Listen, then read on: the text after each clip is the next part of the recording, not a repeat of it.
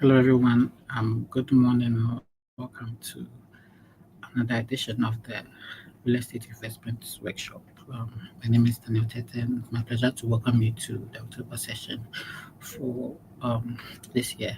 Before we go into the panel discussion, this program is brought to you by the Team Group in collaboration with the Ghana Tech Summit and the Global Startup Ecosystem, where a team group was a firm in real estate that invests in Ghana and provides this series of programming to advance um,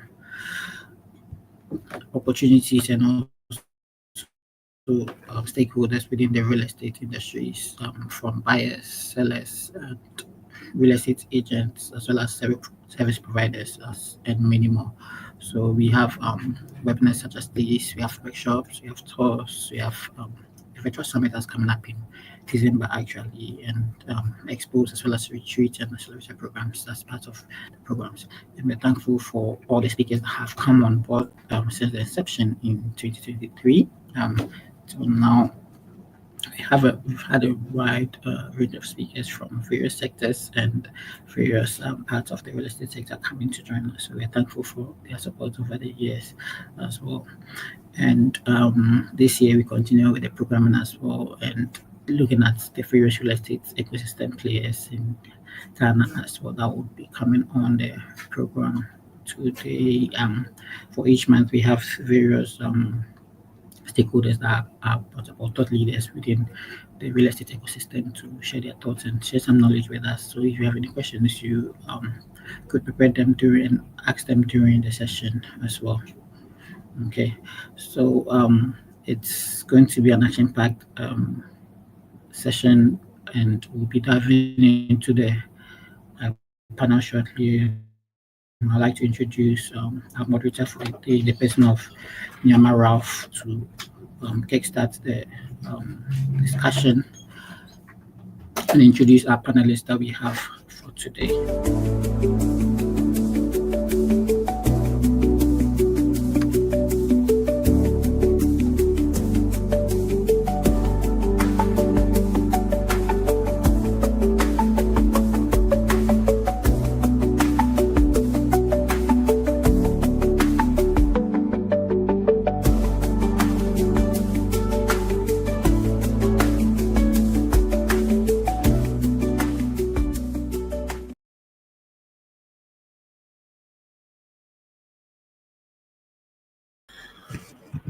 Hi, Stanley. Good morning. Good morning. Okay. I I guess guess you we can kick hear me off loud the and clear. panel discussion now. Okay. Thank you very much, Daniel.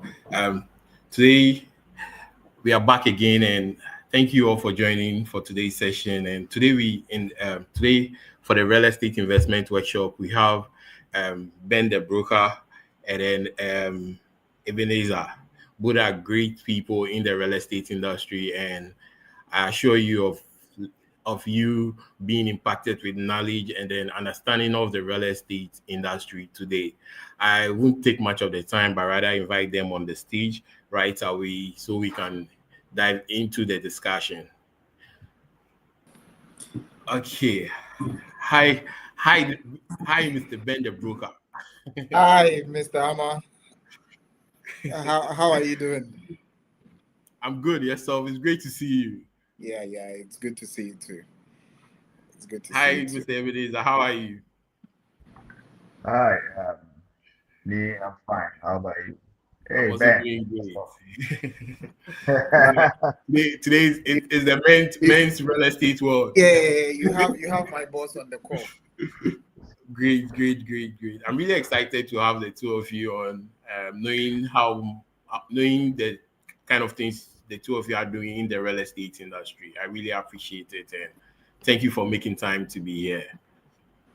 Okay, thank you, Mr. Amma, for the opportunity as well. Sure. Okay, so we dive in right away by first picking up from introduction. Not all of us on the call knows you. I know you. I know the two of you, but then the other people might not. So please kick off. Any of you can pick it up by introducing yourself, and then we pick it up from there. I'll let my boss go first. Okay. I'll let my boss go first. All right. So my name is Ebenezer Tom Abwadi. Uh, I'm a real estate professional, and I'm currently the head of brokerage service for the Tel Company Limited, and also serving as the vice president for the Ghana Association of Real Estate Brokers, and also the registrar for the Ghana Institution of Real Estate Brokers. So Sharp. that is all that I can say about myself for now. I Sharp. am a licensed broker as well. Okay. Exactly. I thought my boss was going to leave that out. I was going to. Okay, so myself, I'm Benjamin Oswajiman. Most people know me as Ben the Broker. Sure. I'm the CEO and founder of Ben Realty, and I'm also the executive board. I'm an executive board member of the Ghana Association of Real Estate Brokers and the Ghana Institute of Real Estate Brokers. So yeah, that's a short brief about myself. Great. Thank you very much once again, and I'm happy you've all introduced yourself. Now that we know who you are, Ben the Brook, I think I'll start from you. I just want to start. We start from the land, buying lands in Ghana. So when we say land acquisition in Ghana, what does it mean? Like, I know on a normal day, somebody will have an idea, but with you, when we say land acquisition in Ghana, what will you say it is? Okay, thank you, Mr. Alma. So land acquisition is basically the process from the identification of the land and then throughout the possession of the land to registration. So in between those processes, there is a lot that goes in between. So the first thing is you identify the land, you get your brokers involved, you go there with your own surveyor, you pick the coordinates, you do the necessary due diligence. Mostly, I would advise that people have professionals handling most of these issues because there are I think most people, the searches or the due diligence people know about is just the Lands Commission. But then there's a whole lot that goes in that. It's not just the Lands Commission. You have searches that you must do at the individual assemblies. You have searches that you must do at the high courts to determine if there are cases on the land. And then it goes all the way to possession. So when I say possession as well, some people would buy a land and then they will just leave it there. When you buy a land and then it's just a sheet of paper, it's usually more advisable to go on the land and possess it. So go there, try and do some boundaries, and then see if somebody would challenge you on it. Mostly, I would advise that you do an initial deposit. After you do an initial deposit, you advise, okay, you can give me a right to entry on the land. I go there, nobody comes to worry me or anything like that, and then I proceed to pay the balance. As sometimes too, how landowners and then these brokers would ask for time to prepare the legal documents for you. So as you are going about that business, you can also give me the chance to go there and then try and possess the land to see if there's somebody that would come and then challenge me on an interest that I'm trying to get.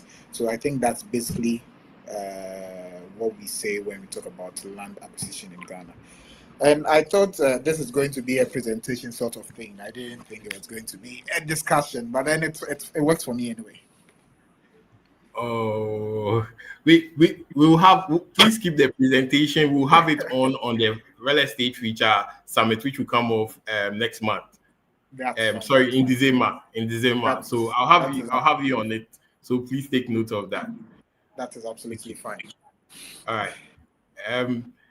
Mr. Ebenezer, in your submission, you mentioned of real estate brokerage and regulations in Ghana, you being the vice president, if I'm right. I think you are muted. You are muted. Yes, vice president of Ghana Association of Real Estate Brokers. Yes. Yeah. So I just want to know, can you please explain the mandate on how it's shaping the real estate industry in Ghana? Okay, so before the coming into force of the Real Estate Agency Act, The industry was like a city without a wall. Anyone can just come in, practice as a broker or an agent, and just go away. They have nothing to lose. We can't trace them. So professionals came together to form some associations, of which the Ghana Association of Real Estate Brokers is one of the professional bodies that professionals came together, and we were trying to sanitize the system one way or the other by branding ourselves and making sure that we do the right thing and we gain the public trust.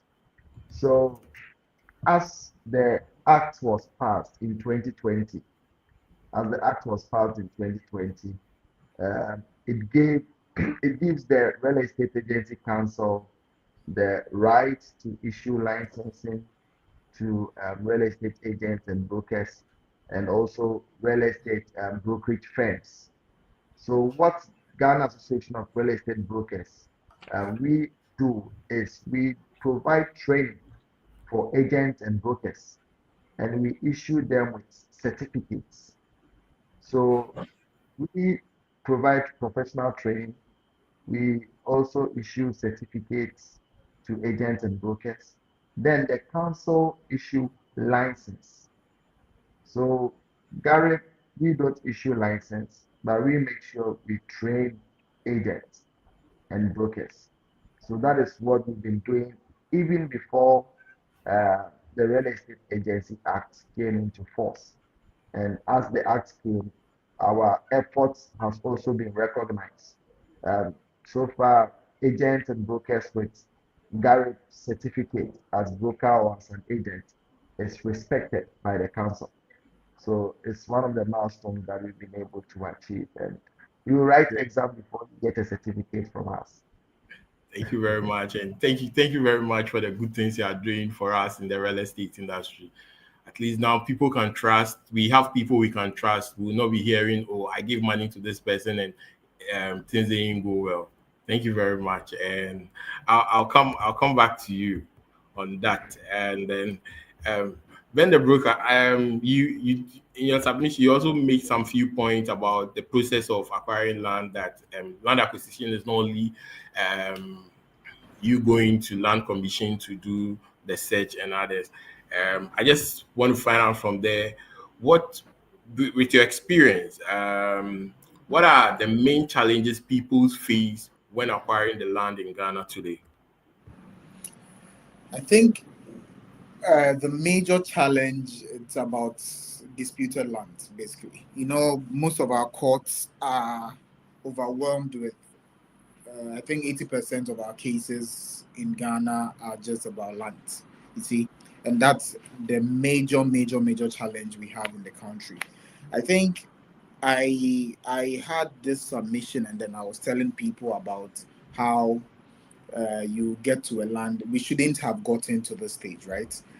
Because if we have an administration that say manages all school lands in Ghana, for example, there shouldn't be a situation where myself, I have money to go and get a land. I would go there and then two families or two stools are fighting over that particular land.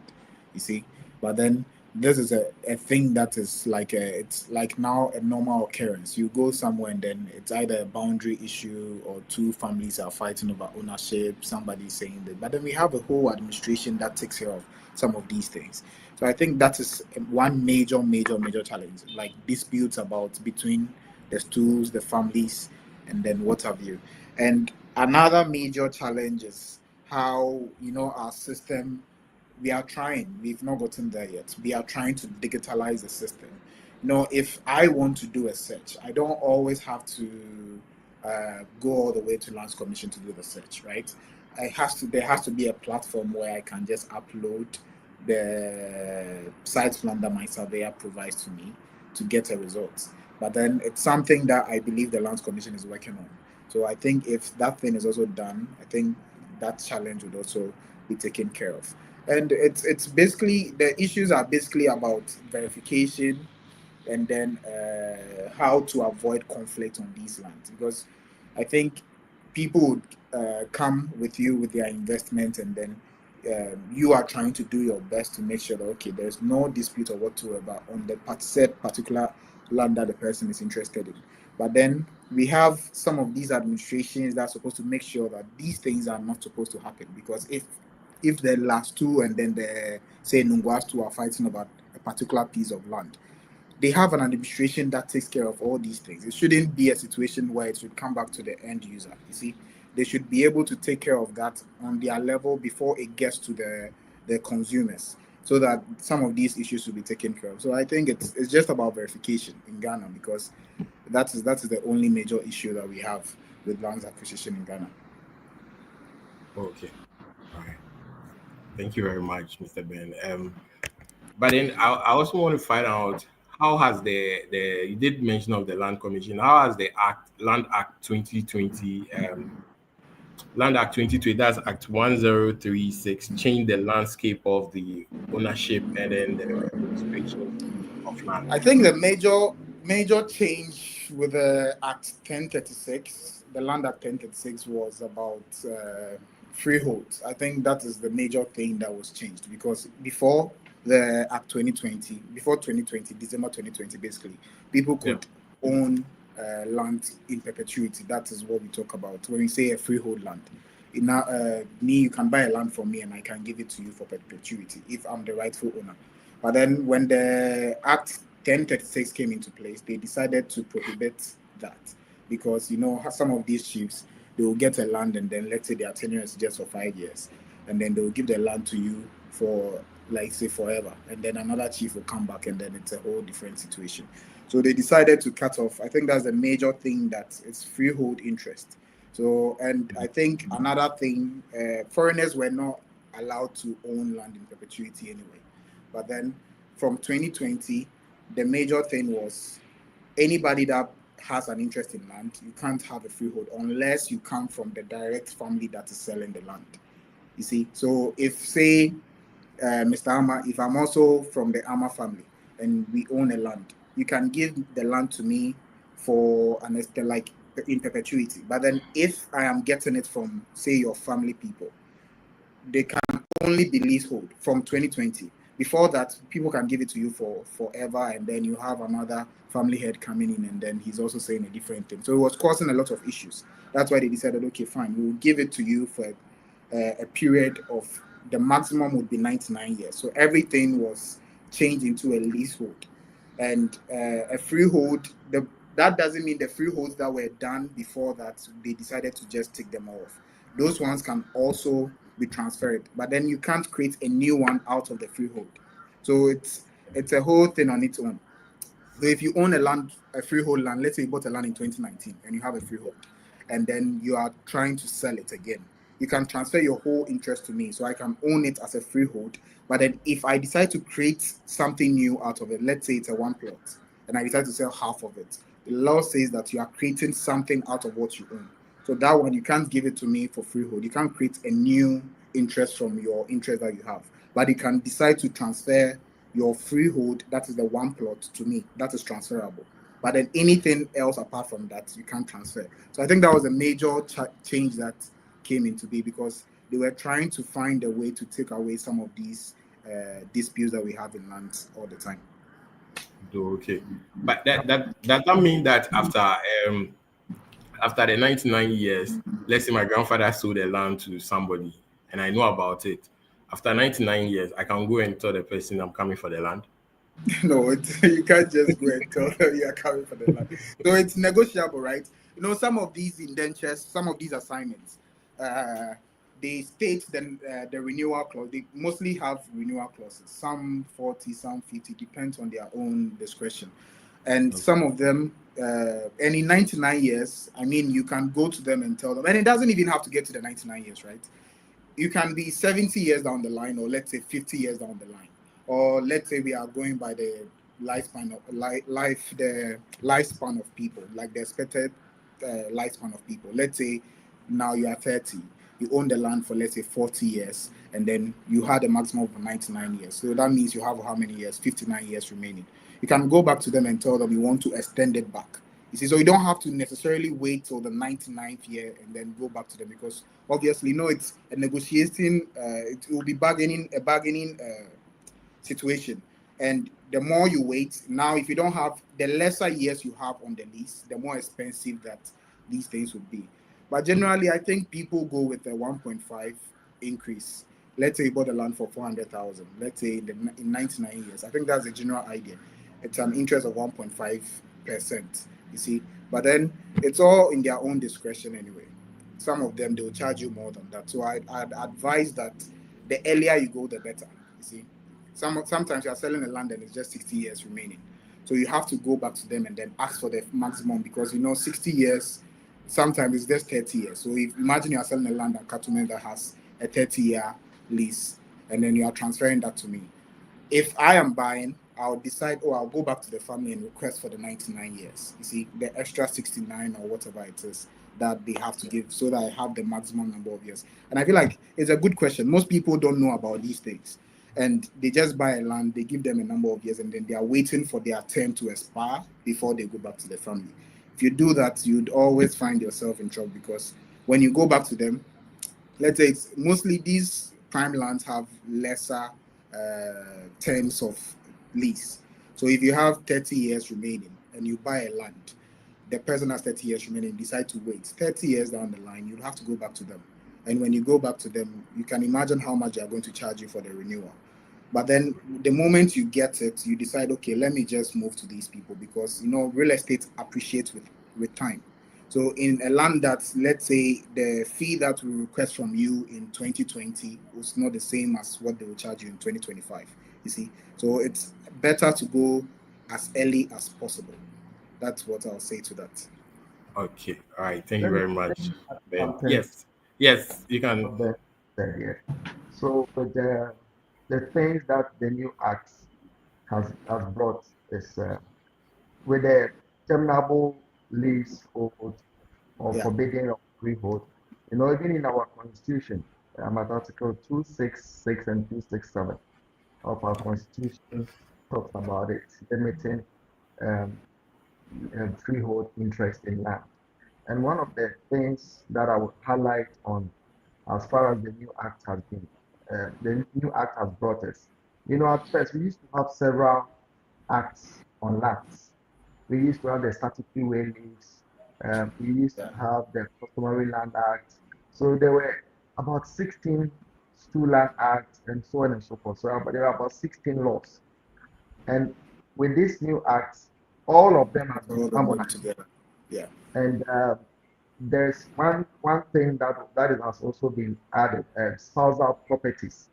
At first you can get married to somebody, and the person can acquire land, and the person will sell at your blind side. But even in this new act, it says that even if the person's name is not on the document, so far as the property was acquired during marriage, if you are selling, you need the consent of the other spouse. Wow. So this is one of the dynamics that have come into it. So it has been upgraded to meet the kind of precedent. The constitution, yeah. The way the laws were, yeah. The court cases that have been held. So Exactly. it has been able to refine some of these things, and it has been factored into the new act. So it's a very Exactly. beautiful act now. Yeah. A well-harmonized act that talks about everything concerning land. And it also criminalizes land debts. At first, Exactly. there was no act that was able to handle landganism. You may find it in other laws that somebody is preventing you from peacefully enjoying your land. But it is expressly stated in this new act that if somebody tries to play the role of a landlord, you can actually report the person, and the person can be jailed for that offense. So these are some things that I would like to add to what Ben said. Yeah, exactly. So it basically checked the cases, the trend of the cases that we had in our overwhelming our courts, and then brought it all together to form a very beautiful act, like my brother said. Wow, that's impressive with the new laws that are in place. I mean, I know I've heard of a lot of story where somebody's land is being sold, and as at now, he or she can't go to the land because of land guards, Now, and if they also catch you, it's 5 to 15 years. I see. Then that means some people go out of work. Now, if they catch them, it's 5 to 15 years. The thing about landguards is, they are always scared of letting law authorities because most of them know that this is what the law says. The moment you involve the authorities, they would not try to bother you anymore. It's when you are also not sure of what you bought. If you are very sure of what you bought from the legitimate people, and you have some people pestering you on your land, just report them to the police. And when you are visiting a land, sometimes it's all about experience, right? You can petition the police to come and guard you. It's not wrong. You can always send a letter to the local authority. This is what you are going to do. This is when you are going to do it, and then you like their protection, and they will be there. You see, it's quite simple, and nobody can stop you from building on your own property. It's against the law. Yes, Okay. and about the renewal of the lease too. I think last 2 years I had a similar encounter at Medina around Red Lobsters.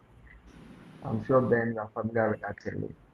So there was this land that uh, I had to sell, and when I looked at the lease, they had about 7 or 8 years unexpired term.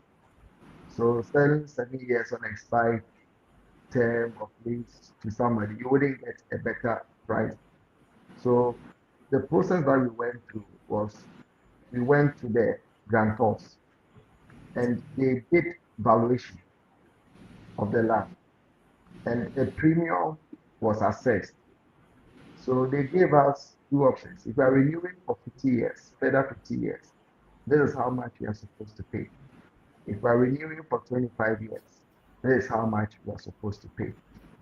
So the system is straightforward. You wouldn't go there because you're going to do renewal. Then somebody will sit somewhere and just quote figures uh, out of the head that, oh, this is what you are supposed to pay. Don't pay, I'm not going to renew for you.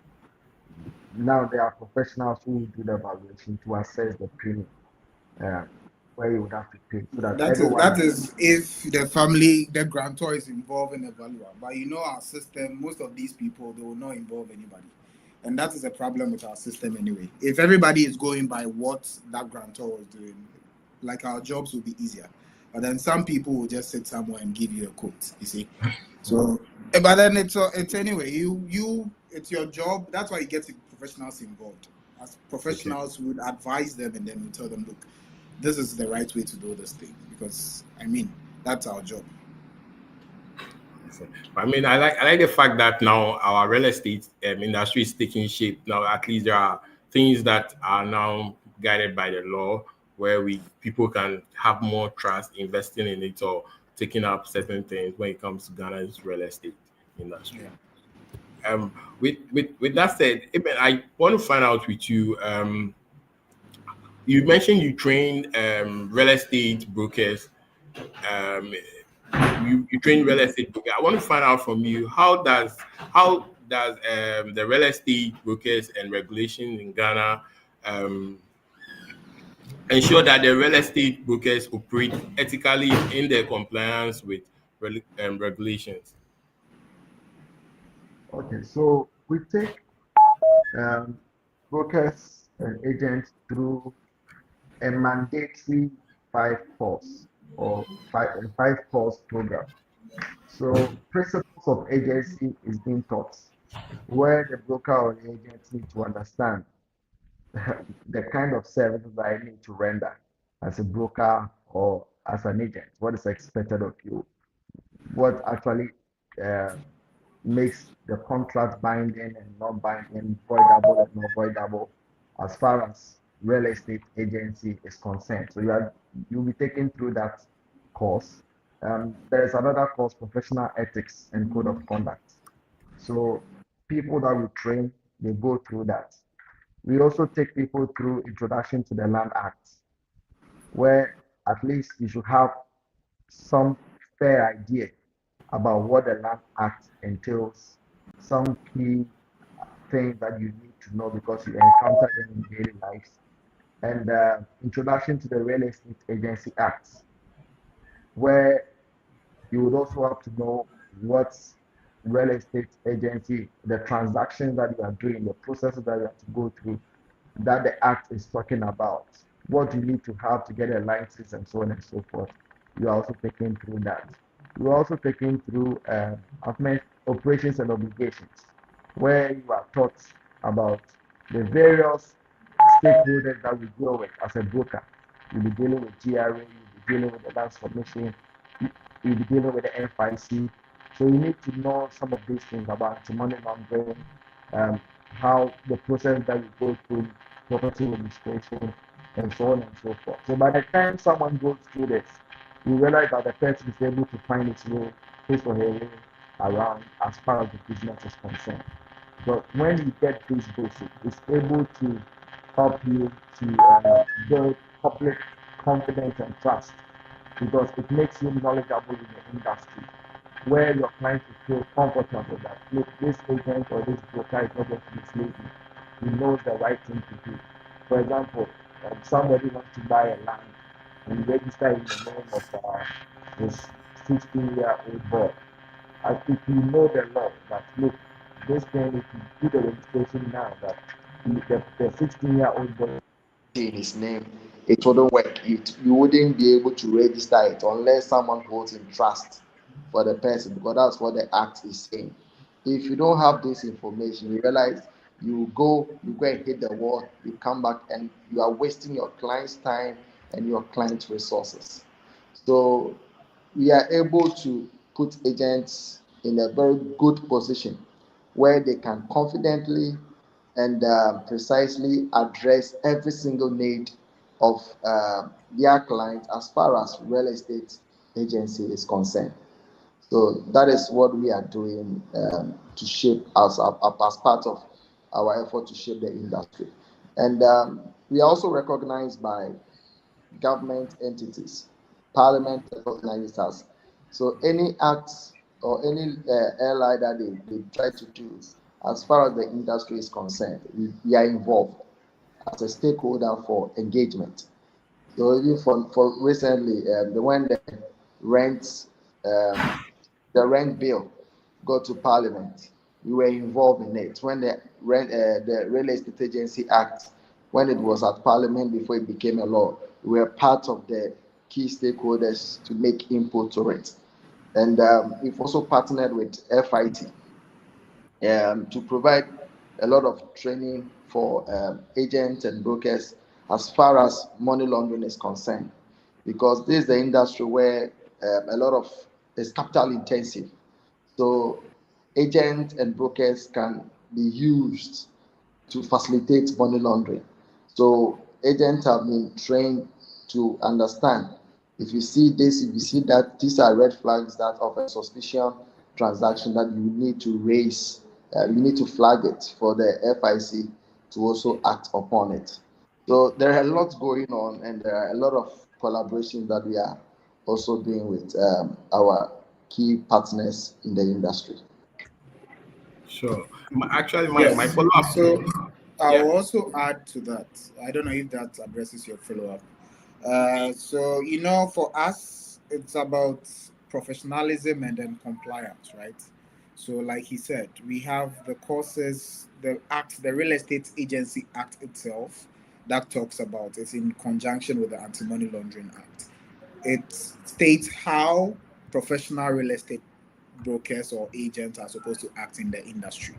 So the moment you become a part, how we train our members and everything, it's all in line with some of these acts, the Land Acts, the Real Estate Agency Act, the AMT, CFM Act, and all that. It's all something that we teach or we train our members on, so that when you meet a Gareb member or a Gareb member, you know that okay, you are dealing with the right stuff. It's somebody that has gone through all the motions and then they know what they are about. It's not somebody that's coming to do whatever and then you realize that okay, this person doesn't even know anything, and then your money, because it's like you said, it's a very huge investment. Real estate is arguably the biggest investment you make in your life. So you need the top most professionals to handle these transactions. And Sure. that's what we provide. My actual follow, I think you both of you have answered, because it was I was about to ask what ways that Graham collaborate with government and industry stakeholders to strengthen the sector. But then, based on what you said, I think you mentioned some few points. I don't know if there are other points you would like to add to it, or if that's it, we can move on. I think for Ghana, most things happen in the background, right? Recently, we were on the grey list. You realize that when you are sending money, or somebody sending money from outside the country to Ghana, or you are sending outside from Ghana to the other countries, it became very difficult for a extended period of time because of some of these things. Ghana was blacklisted. It will go to a point where we're blacklisted. We were on the grey list, and then we were trying to get out of it. And these are all some of the issues, because we felt like our sector wasn't regulated as much, and then there are a lot of things that people can take advantage of, and people were actually taking advantage of them.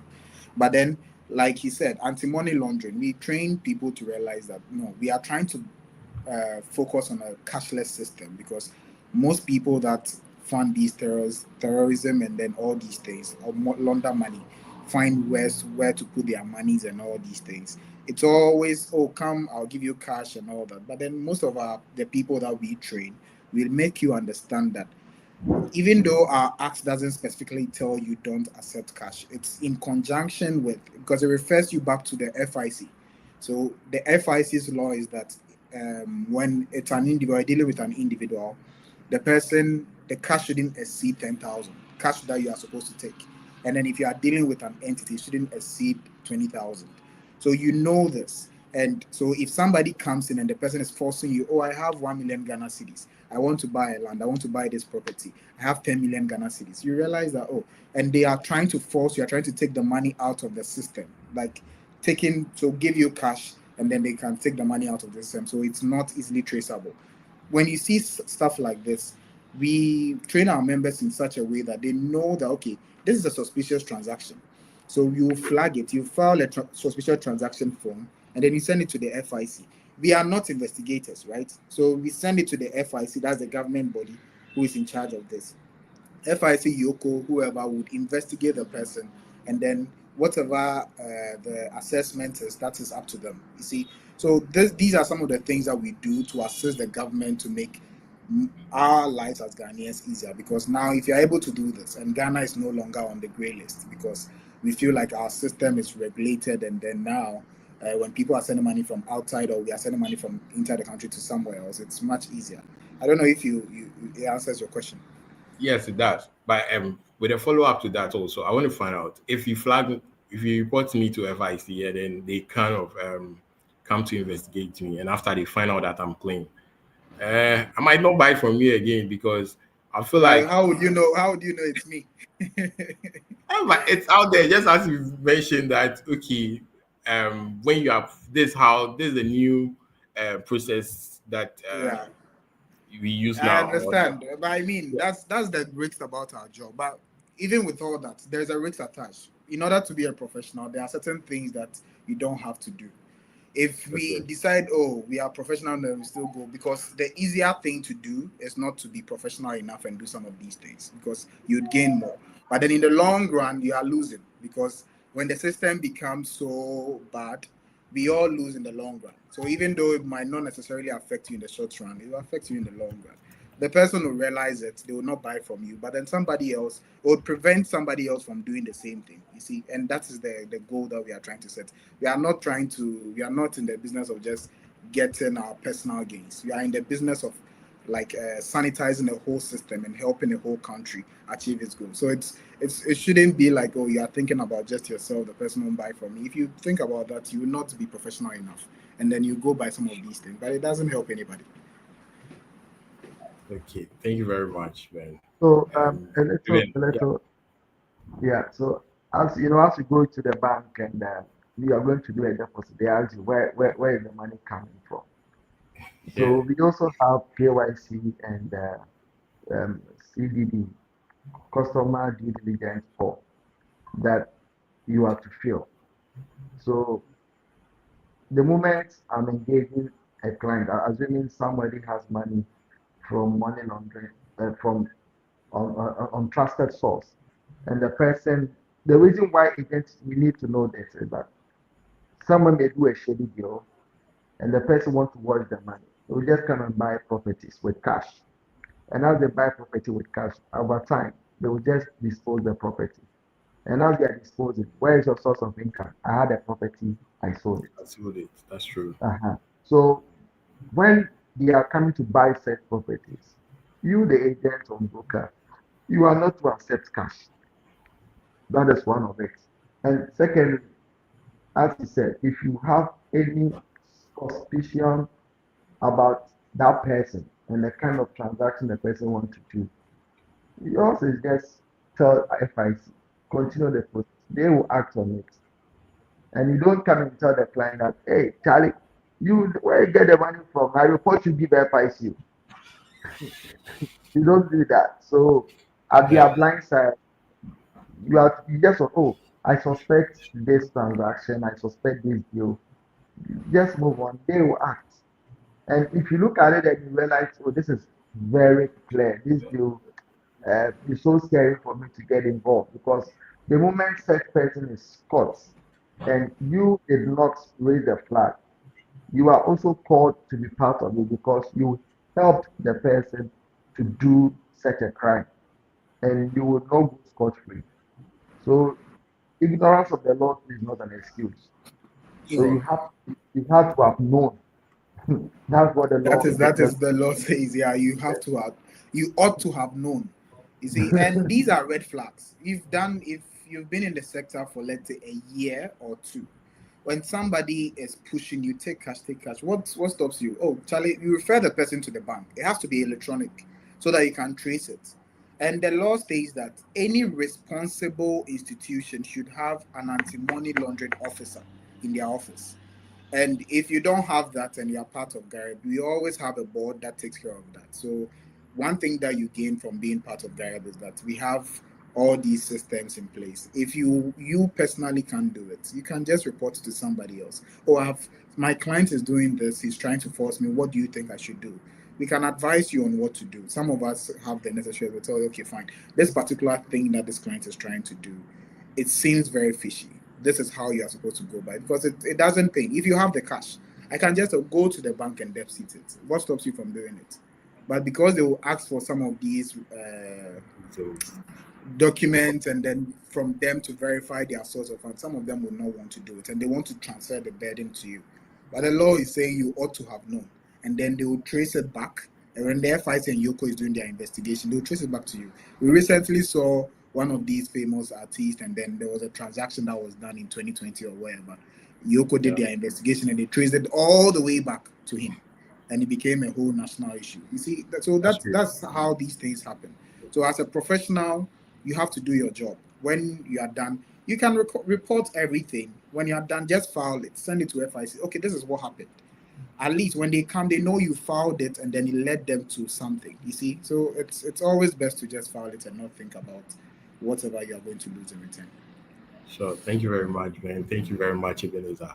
And I want to find out from you, Ben, when you did your submission on the land, you did the first submission, you did mention some of the process by which we can use to verify land. But then I want to find out from you at this point that what are the key steps should a buyer, especially those in the diaspora, take to verify land authenticity before purchase?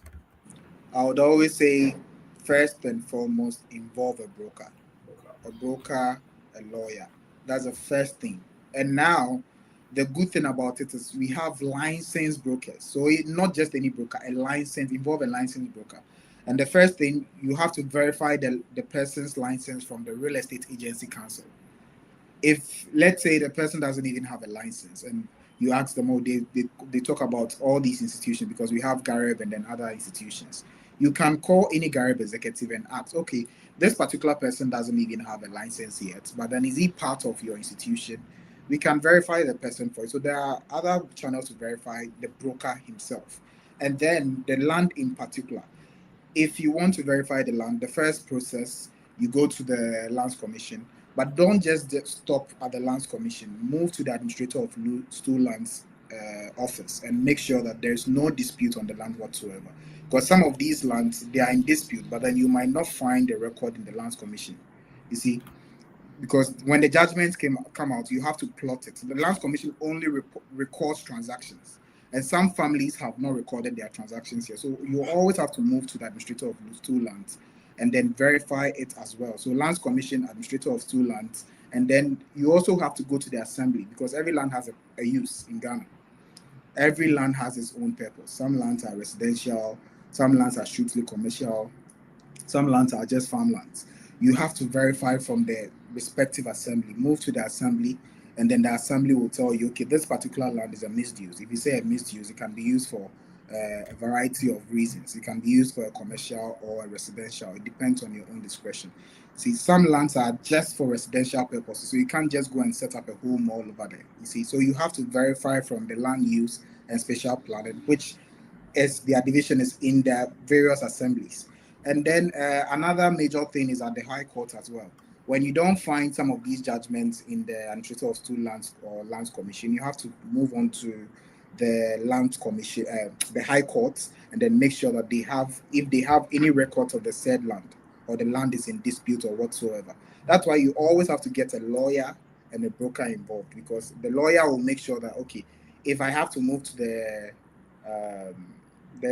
High Court, because it's basically their playground, you see, if they can verify it from the High Court, and then the broker can do whatever they are supposed to do. But then if you get a broker, you are getting the whole package, because the brokers have lawyers and lawyers that they work with anyway, so they can do all these processes for you, and then it takes all your burden off. So I talked about 4. The broker, get a broker involved. That is the major thing. If you don't want to get a broker involved, you go to the Lands Commission, Administrator of Stool Lands, the assemblies, that's the Land Use and Spatial Planning, and then the High Courts. But then the broker also just does everything for you. You always have to get a broker involved. If you want to, and now even the law says it, the Real Estate Agency Act, it says that you always have to get a broker involved in these transactions. You can't just do them by yourself. You see, so when you want to transact in real estate in Ghana now, you have to get a licensed broker involved. Okay. All right. Thank you very much. Ben, I don't know if you have any addition to that. Oh no, Bernard Booker said it all. Okay. But then Ben, I still want to find out from you, what do you do when you inherit from your parents? Like you inherit a land or a property from your parent, what are you supposed to do? It depends on how many you inherited. Okay, some people, it's just one kid. You see, if let's say you have other siblings and then your parents are saying it's directly for you, I would say go and register your interest at the Lands Commission. The first thing, go to the Lands Commission and then record it. That my dad actually gave me this, because if you wait for your dad to be or your mom to be normal, and then your siblings come in, you see, it comes back to how these succession things happen. It's just a conversation between your dad and you, and now you have all your cousins and people coming in, and now people can actually take you to court when your dad is not in, even your family members. In Ghana, it happens. Even for funerals, they take people to court all the time. So when a land that will give you, yes, a land that will give you money, it's bringing money in. Even though your dad told you, your sibling can just write up and tell you they won't let you take the land. It's not just for you. So you have to make sure that you record as soon as possible. When your dad gives it to you, document it, take it to the Lands Commission, record it, so that nobody can come back later in a few years' time and come and challenge you on the ownership of the land. Okay. All right. Thank you very much. With the inheritance part, as if you brought an angle, you need to understand: are you inheriting whilst the one who gave it to you is alive or is dead? Yeah. If it's alive, as you said, is owning a land. It's not just about word of mouth. Ownership of land involves having a title or a right document to it, and also taking possession. So if the one who gave it to you, your parent, the one you inherited it from, if they are alive, make sure they give you a deed of assignment that they've actually given this to you so that you can go and register that deed at the Lands Commission. If they die, and even if it is stated in their will that I give this land so and so to my son forever. Those who know, you know. I give it to you forever. With such, you don't have to, you know it has been gifted to you in the will, but you cannot touch a dead person's property unless you go to court. You get a probate, and the will is properly executed before you can even touch it. So if it is given to you by your parents while they are alive, make sure you get it in your name before they die.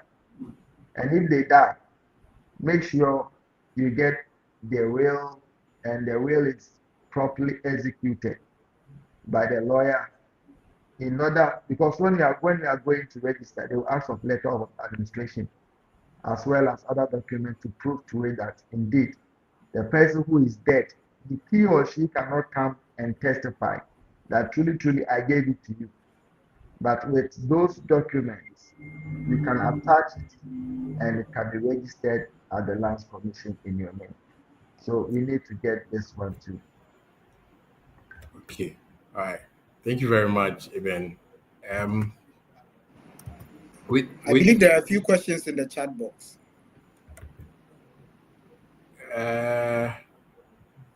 Yes, at the right time, we'll bring them. We'll bring them up. Okay. Yeah. I also want to find out from you, Ben. What do you do when someone trying to encroach your land?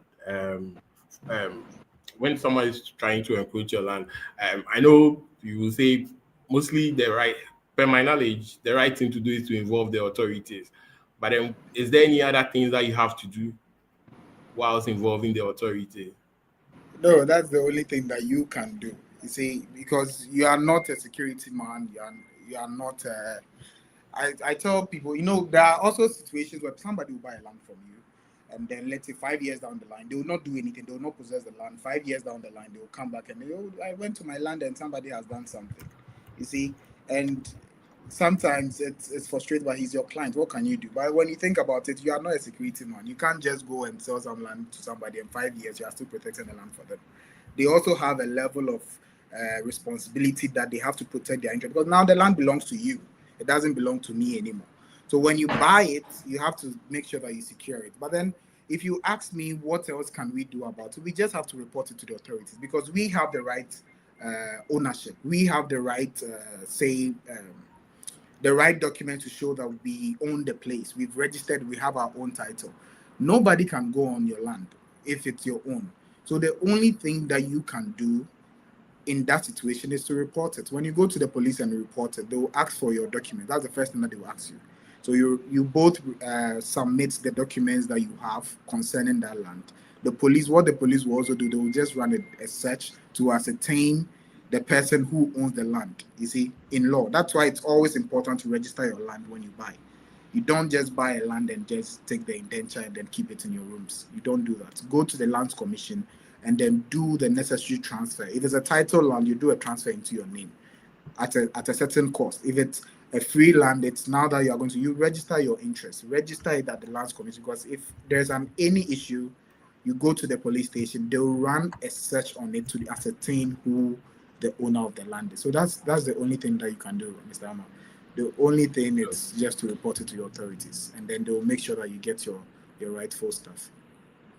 Yeah, and when you buy a land and they give you the deed, there's some portion that people don't actually pay attention to, where they stated that, within 2 years or 3 years, if you don't develop, it gives your grantor the right to re-enter. Yeah. One thing that people don't pay attention to. So especially the diasporas, they will come buy the land. They won't even, when they say development, it's just an erection on the land. So anything that you can erect on the land is development per the law. So people will buy the land, they will not even put corner pillars. Then they will just get the document and they will travel again. By the time they come back, then they will tell, my land is missing, I cannot find it.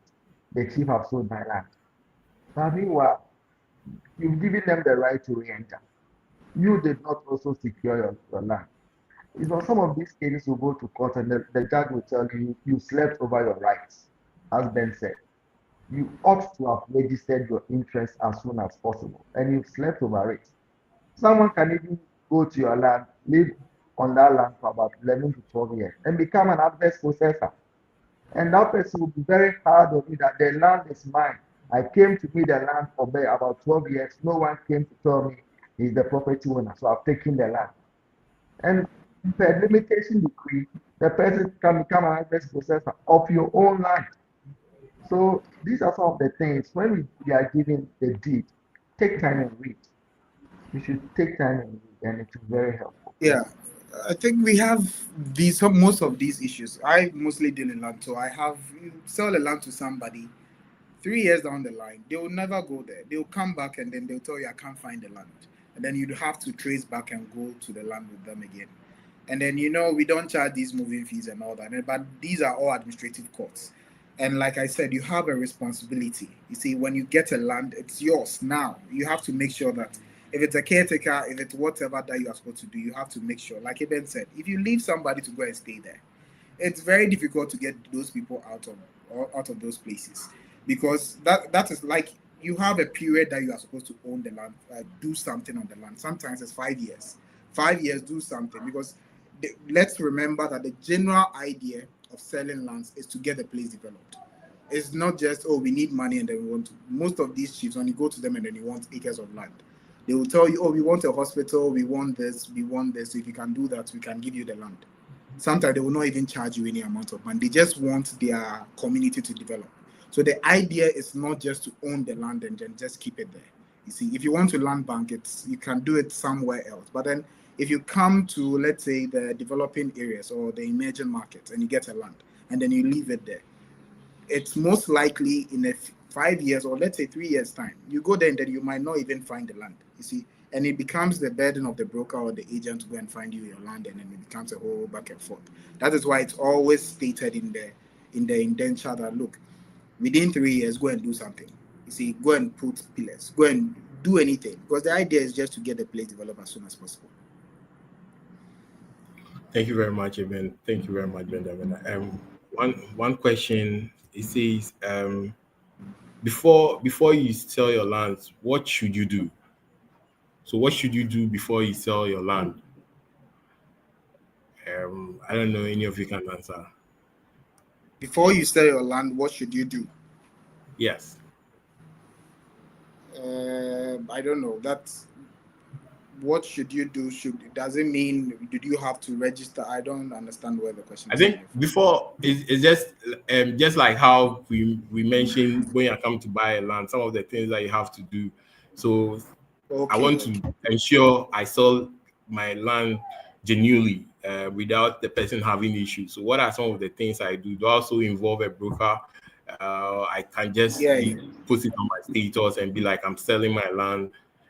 And in addition to that, let me add to that on what influence land the cost of land in Ghana as well. So, okay. I don't know if you can. So let me take care of the first question, because the second question. Okay, all right. Please go ahead. So the first one, the law, landowners can sell their own land. Actually, the law doesn't prohibit you from selling your own land. You see, but then the most advisable thing to do is to involve a broker.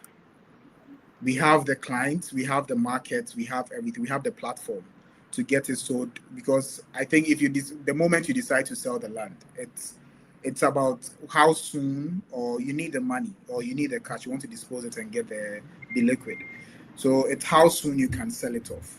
If you decide to go by the route of selling it yourself because you want to just cut off with these administrative fees and all these charges, like service charges or commissions and all these things, so you decide to sell it yourself, you realize that it might take you much longer to sell than when you involve a broker. You see, so the best thing, the most advisable thing to do is involve a broker, The person has their own platform. They will do whatever they are supposed to do, and make sure that you have an agreement with the said broker.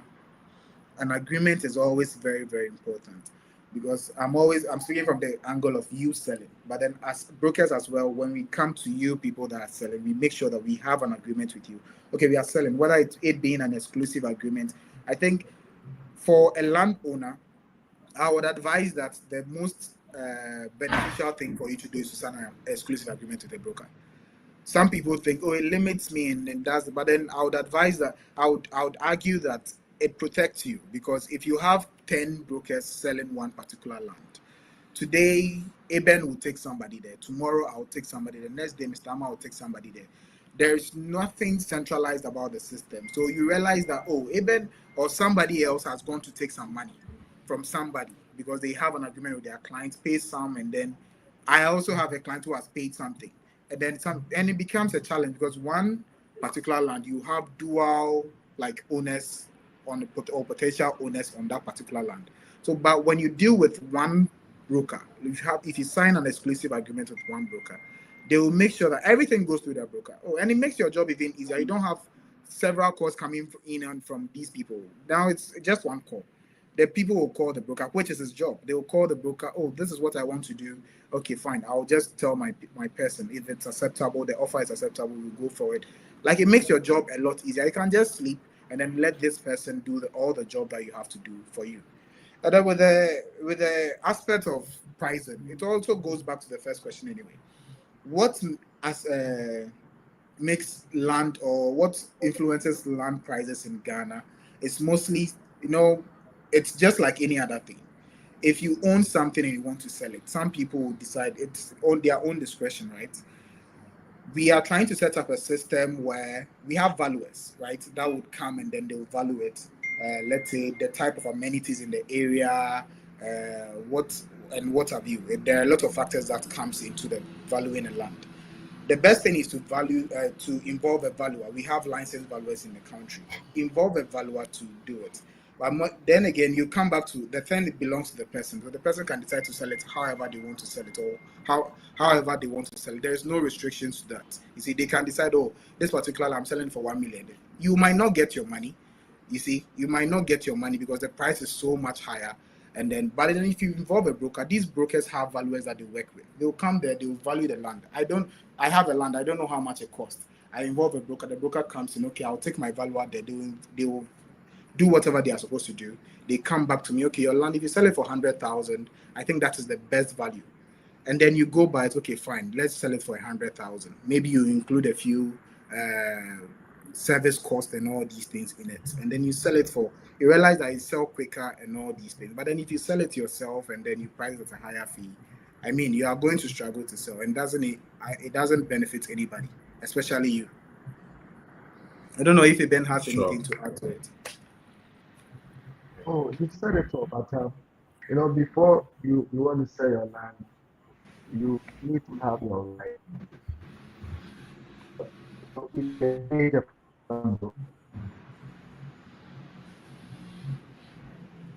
I don't know if it's me, but I think Eben's network, it's breaking up. Okay. Okay. I think we've lost Eben. But then whilst we wait and Eben joins in, there's another question that says, what do you do to someone? What do you do? What do you do? Someone is laying claim on your inherited acres of land that was never registered but only possessed from 500 years. Hey, how did you know it's 500 years? Because it's a line of inheritance. So they inherited it. So this person is trying to say that it's a family land that they've inherited throughout generations. Okay, so what do you do if someone is laying claim on it? So you report the person. So, but then you see, this situation is clearly going to go to the court to ascertain who owns the land, because now you have to prove that your lineage has been on the land for that number of years. So that is the basis of this whole thing. They go to these high courts and then they ascertain. okay, who has lived there, what happened, and then why is this particular person also coming in and claiming ownership? What benefits their case? You see, if there's no registration on it, that is the basics that they will use. So you report it, it will most likely go to the High Court for it to be determined who actually owns it and then which generation has been on it. So if you read some of these court cases, basically some of these issues, they never registered it, and then now two families are fighting over it, and then you go in and then you realize that, oh, this particular family that is coming in, it's let's say my father or my great grandfather that gave you people the right to be on the land. So you guys can't come and claim our land. But then you see, so it'll most likely go to the High Court for the ownership to be determined. Okay, all right. Eben, we lost you when you were trying to make your point. I don't know if you still want to submit it.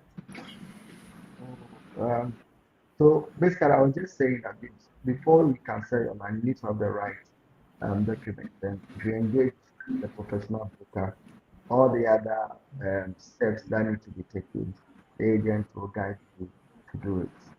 So basically, that's what I wanted to say before the line. Okay. I don't know if there was a pending question that I have to also contribute.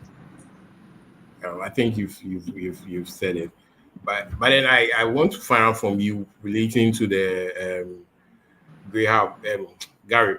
I want to find out from you, how can diaspora investors benefit from working with certified Graham brokers when purchasing property in Ghana? You know, of late we have most of our people going into the diaspora, and then we've heard of challenges where they trust their relative to buy lands and things. But then I feel like their system is changing. They are more targeting brokers and individuals that are in the real estate to do that on their behalf. But I want for when someone in the diaspora wants to use your people, certified Gary members, what are some of the benefits as compared to using the other means by which we normally hear of?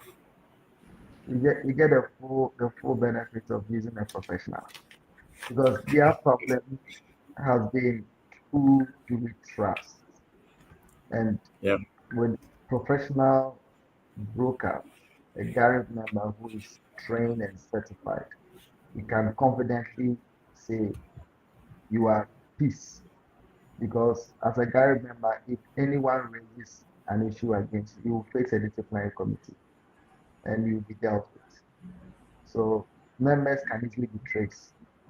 Our members are knowledgeable and well experienced in the industry. And we don't also accept anybody to be a member of Gary.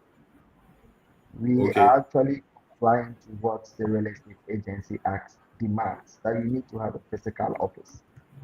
So every single broker or agent who is a member of Gary has an office they are operating for. So you can trace them from their offices, you can trace them from the association, and you can also raise reports if anyone has done something contrary. So without trust, that problem has been solved. With industry knowledge of getting scammed, it's a no-no. You will not get it at any of our members. Members of Gary, they have an integrity and a name to protect. So no one will do anything that will bring a dent to their name. We are in business, and we intend to be in business for a very long time. And so I would add to it. You see, I would add to what you are saying. So Eben and I are products of Gary, right? So we always tell you, get the Gary experience. The benefit that you get. We have a lot of these brokers and agents. These diasporans coming in dealing with us, because what you get when you deal with us as Gary members, you get the Gary experience.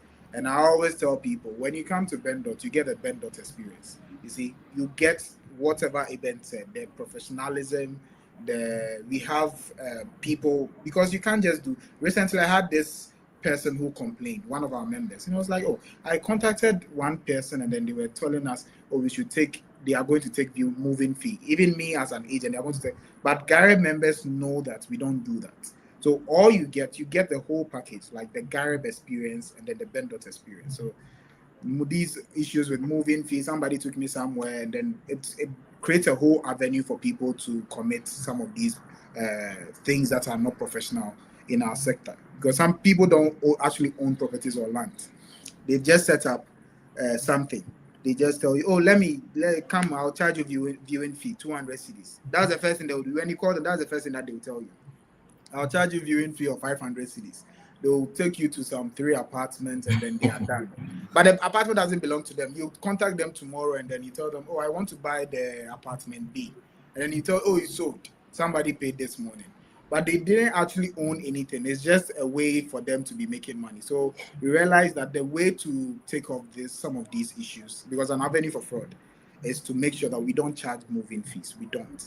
So when you come to us as a diasporan, you get the Garib experience, you get the Bendot experience, you get the detail experience, you get the experience. But customer experience is everything for us as Garib members. Wow.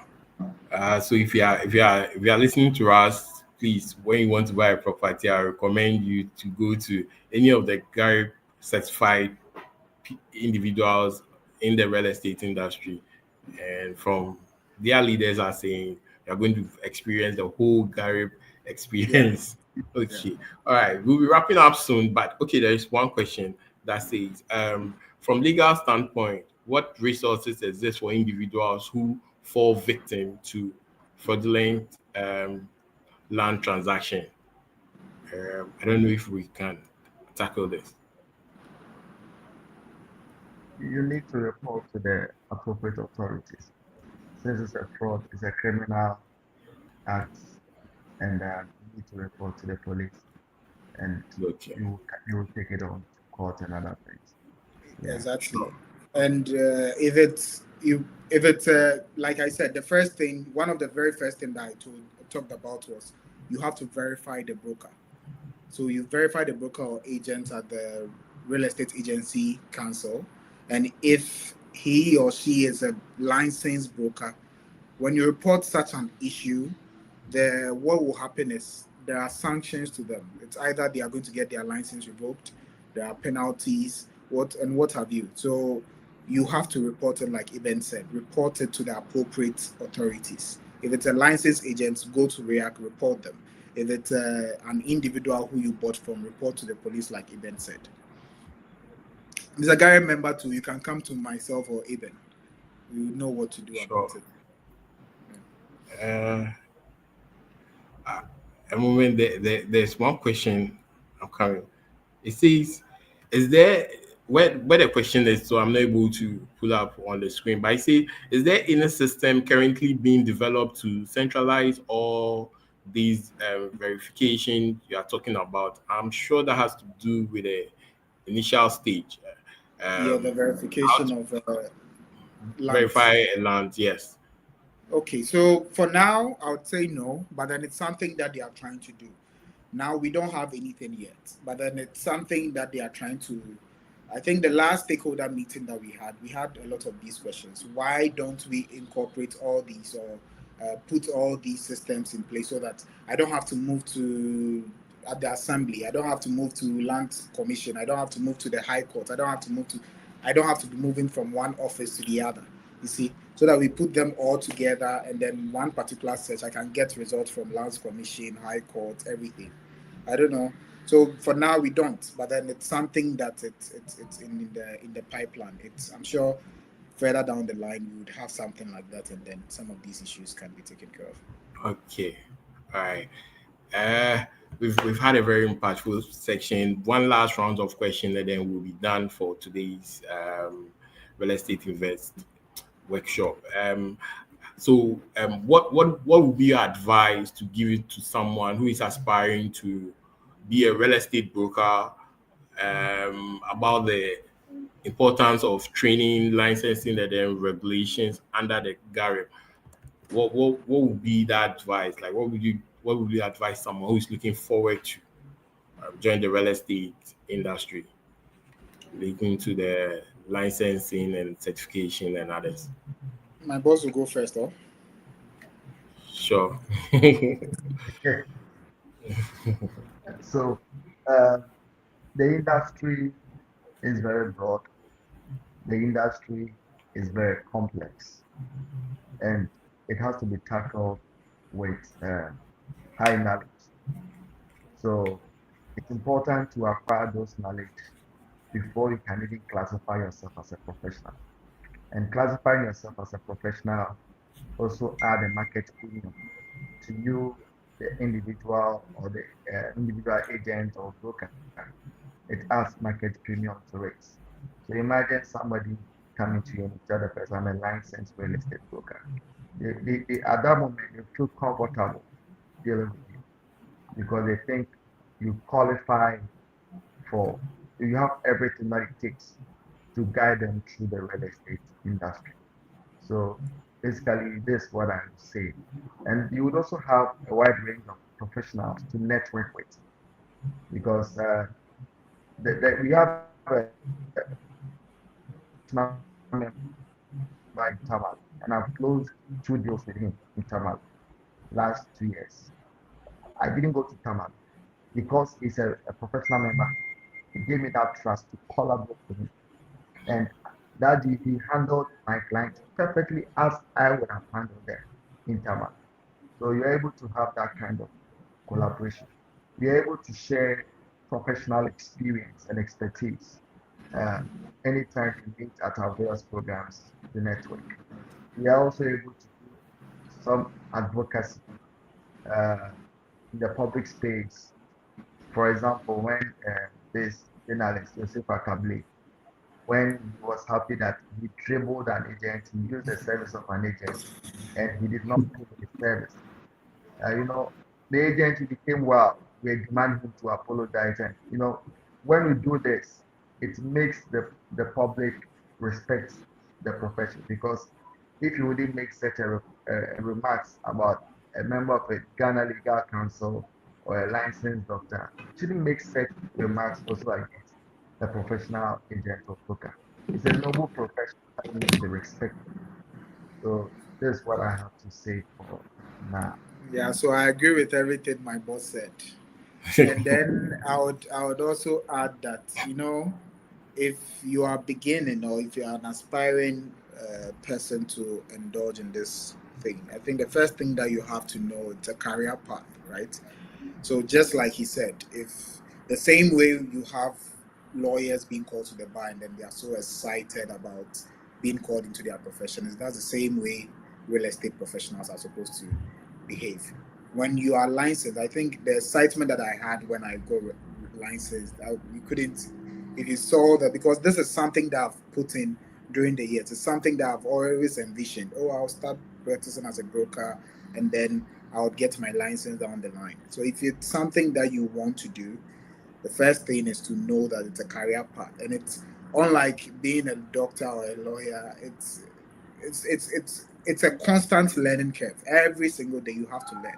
Before you get your license, every single day you are learning, whether it's being on the field and then getting practical knowledge, or whether going into listening to whatever you're supposed to listen to. And like I said, myself, I'm not a lawyer yet, but then when you speak to me, you think that I have a law background, but I don't. You see, it's because you have to constantly be learning some of these acts. You have to always be abreast on some of these LIs. They would involve you in some of these acts that they bring about, whether it's a rent bill, whether it's whatever it is, they would have to call you and then you come in. So by the time you realize that, okay, this is a daily thing, it's a daily life for me. It's not something that, and I would say it's not.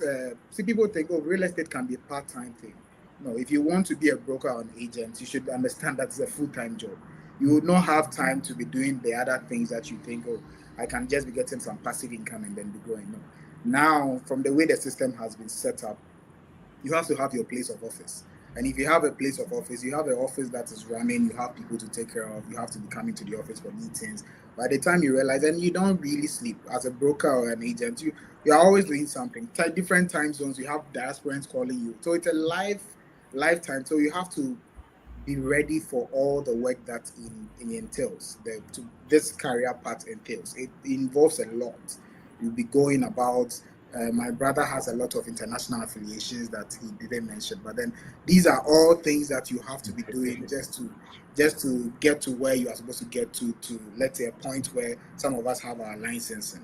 You have to put in all these work, learn about the law, do this. Oh, there's a new have these stakeholder or these stakeholder like connections. You have to partner with the police, the assemblies. You have to do a lot of things to be able to involve yourself or to be able to call yourself a professional or a broker or an agent. You have to put in the work. It's not something that you think, oh, I'm just coming to just do it and then get some passive income and then go. No, you should understand that it's a lifelong commitment. Okay. So yeah, that's my basically my advice. All right. Thank you very much. Okay. One of our Nelson, please forgive me. And where you place your question is the reason why I didn't see your question on time. But then I think we've been able. Yeah, we've been able yes, to. it's because of where you placed your question. That was why. Okay. At this point, we are ending. But before we end, please just give us where we can, in case we have further questions, in case we have grievances that we want to share with you or want to contact you for business, where can we reach you? And also, is there a website for Gary that we can reach out on as well? My boss will answer. My boss will say the last word. Okay, so let me talk and then my boss will end. So for Gareb, yes, we have a website. So Ghana, it's Ghana, gareb.com.gh, sorry.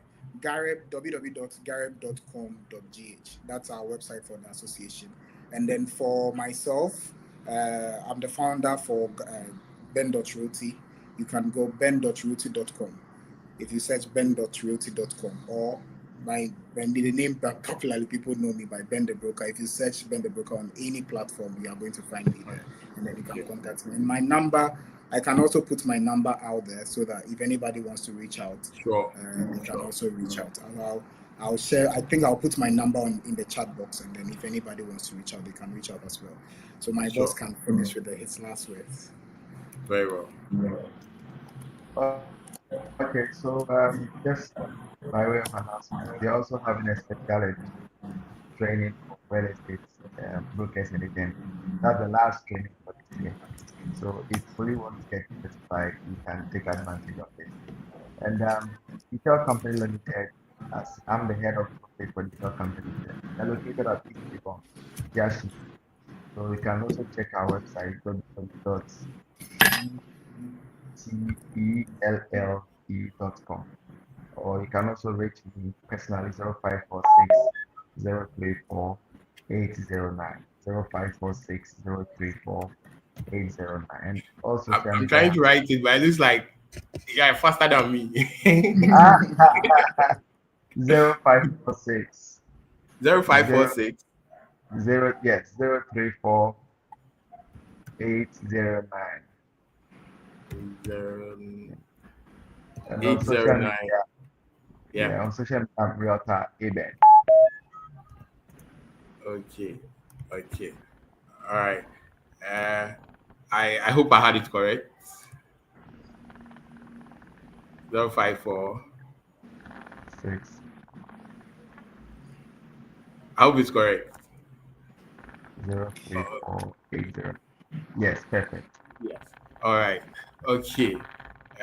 Thank you very much for today. And then we'll connect again. And thank you. I really appreciate for making the time to join us today for our session. And it's been great having conversation with you on real estate. Thank you very much. We do want to reach out as and when we need help. Okay. Thank you very much, Ralph. Pleasure. Thank you very much. I really appreciate it. Okay. All right. Thank you very much, everyone. Really appreciate you for your time, for making the time to join us today for the real estate investment workshop. And like you always know, this is done each and every month, especially the last Friday of every month, we host the real estate event, um, investment workshop, where we bring a couple of speakers on to speak about the real estate industry in Ghana, so we can grow our knowledge and also know what to do and not to do whilst we invest our finance or our knowledge and others in the real estate industry.